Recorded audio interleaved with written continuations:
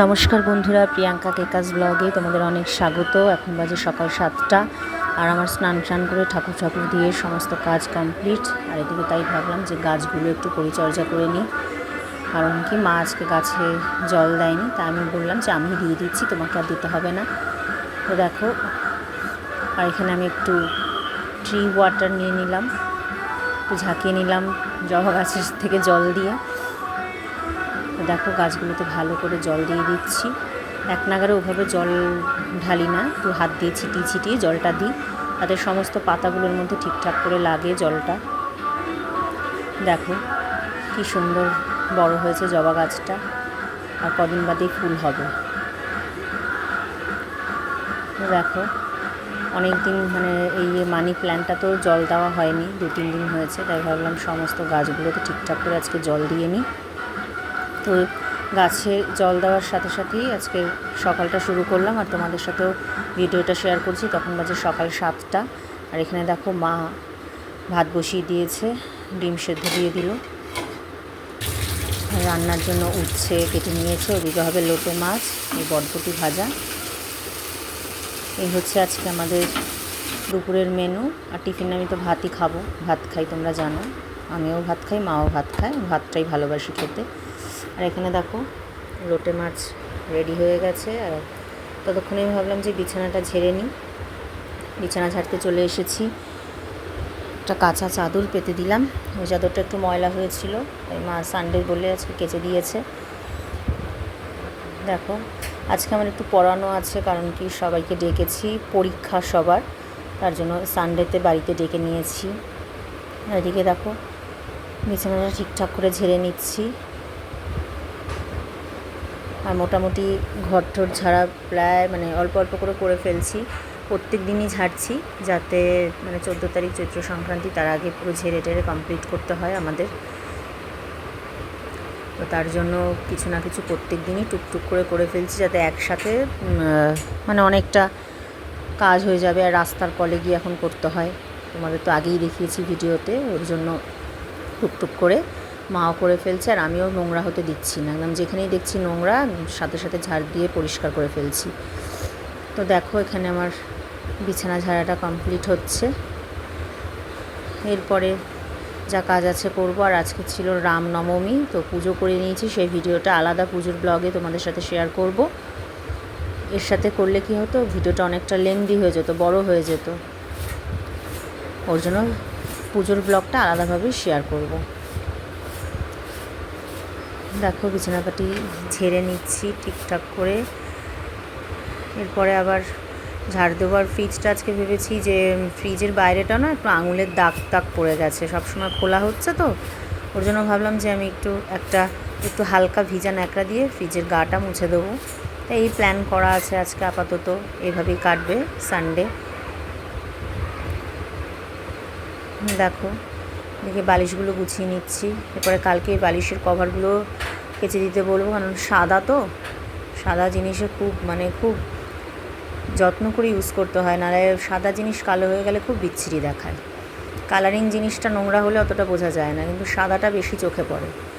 ওই জন্য মাকে বললাম সাদাগুলো কালকে তুমি কেচে দিও, সাদা আর পাতা হবে না, কালারিং পেতো। পয়লা বৈশাখে আবার একটা নতুন চাদর পাতবো, ওর জন্য সাদাটা বললাম কালকে তুমি কেচে দিও।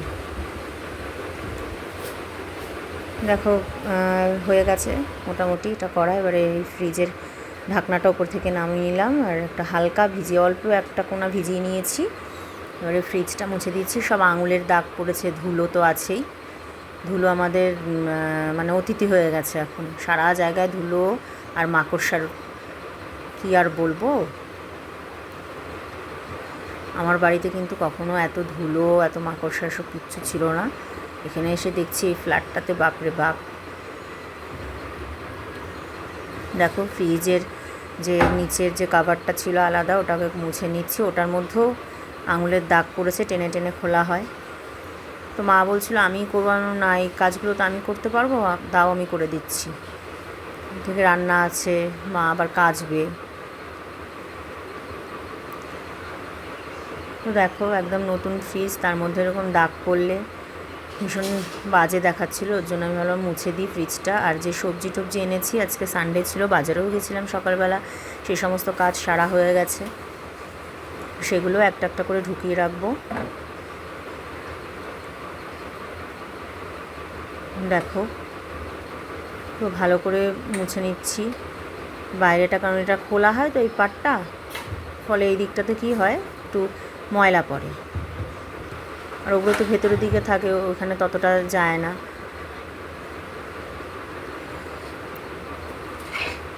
তো পরিষ্কার পরিচ্ছন্ন থাকাটা খুব ইম্পর্ট্যান্ট। আরও এখনকার দিনে যবে থেকে এই যে করোনা রোগটা এসেছে, তবে থেকে আমাদের একটু বেশি ওয়াকিবহাল হওয়া উচিত পরিষ্কার পরিচ্ছন্নতার জন্য। পরিষ্কার পরিচ্ছন্ন থাকলে নিজেকেও ভালো লাগে এবং ঘর দুরও খুব পরিপাটি লাগে। দেখো লাউ এনেছি বাজার থেকে, গোটা লাউ আনিনি, অর্ধেক এনেছি, কেননা গোটা লাউ খাওয়ার মতন লোক নেই। বেগুন নিয়েছিলাম, আর সজনে ডাঁটা, রাঙা আলু এগুলো ছিলই। ঝিঙে নিয়েছি, আর নিয়েছি হচ্ছে কচুরলতি, পটল এসব নিয়েছি, পেঁপেও নিয়েছি। তো এগুলো একটা একটা করে আমি মুছে মুছে রাখছিলাম ভেজ বক্সে। পাট শাক নিয়ে নিয়েছি, কারণ অনেকদিন আমাদের শাক খাওয়া হচ্ছিল না, তাই আমি বলেছিলাম মাকে যে মা শাক নেবো আজকে, মা বললো আনিস। এগুলো রাখার পর আমি সব মুছে দিচ্ছি। আর পটলটা আগে মা ঢুকিয়ে দিয়েছিল, যেন বার করে আর দেখালাম না তোমাদের। মোচা এনেছি একটা, সেটাও ঢুকিয়ে দিয়েছে মা। তো ফ্রিজ পরিষ্কার করার পর কী হয়েছে, অনেকটা ধুলোই নিচে পড়েছে, আর ওই শাক পাতা যেহেতু রেখেছি, ওর শাকের টুকরো, ময়লা ওগুলো সব পড়েছে, যেন ভাবলাম যে ওরা পড়তে আসবে, তার আগে একবার ভালো করে ডাইনিংটা একটু ঝাড় দিয়ে নিই। এতবার করে ঝাড়া মোছা হচ্ছে, তারপরেও অনেকগুলো ধুলোবালি বেরিয়েছে, কোথা থেকে যে আসছে কে জানে।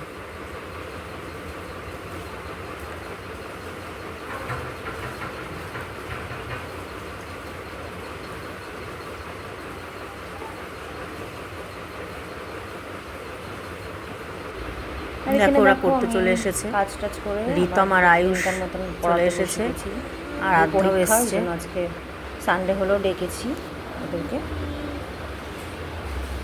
আর ও বেচারা, ওর বাবা একটা কি দিতে ভুলে গেছিলো, প্যাকেটে টিফিন কেক, ওটা নেওয়ার জন্য আবার ঘুরে এসছে, ঘুরে গেছে আবার ঘুরে এসছে। আর এখানে দেখো আমি মা যে কাঁচাগুলো কাটছিল, যেটা হয়ে গেছিলো, আমি চটজলদি এনে মেলে দিচ্ছিলাম, কারণ কি বেশি রোদ ওঠেনি, এগুলো শোকাতে হবে আমাকে, নাহলে সে ঘরে মেলতে হয়। আর এখানে চুরিও হয়ে যায়, আমার অনেক জামা কাপড় বাইরে মেলেছিলাম, চুরি হয়ে গেছে, একটা গেঞ্জি, একটা চুড়িদারের প্যান্ট। তাই ভাবলাম যতটা হয়েছে তাড়াতাড়ি করে মেলে দিই, জল ঝরলে ঘরে নিয়ে গিয়ে মেলবো। আর এখানে দেখো উচ্ছে ভাজা রেডি, রান্নাগুলো। আর তারপরে দেখো আমি ঘরে এসে ড্রেস চেঞ্জ করে এই চাদরটা বাইরে থেকে ঘর থেকে মেলে দিচ্ছি, বাইরে থেকে আর চাদরটা মেলে নিই, কারণ কি চাদরটা শুকাতে টাইম লাগবে, আর যদি ঘুমিয়ে পড়ি দুপুরবেলা তখন আনতে মনে থাকবে না। ওই জন্য আমি বললাম তুমি ঘর থেকেই চাদরটা মেলো, আমি মেলে দিচ্ছি, যতটা জল ঝরে ঝরুক।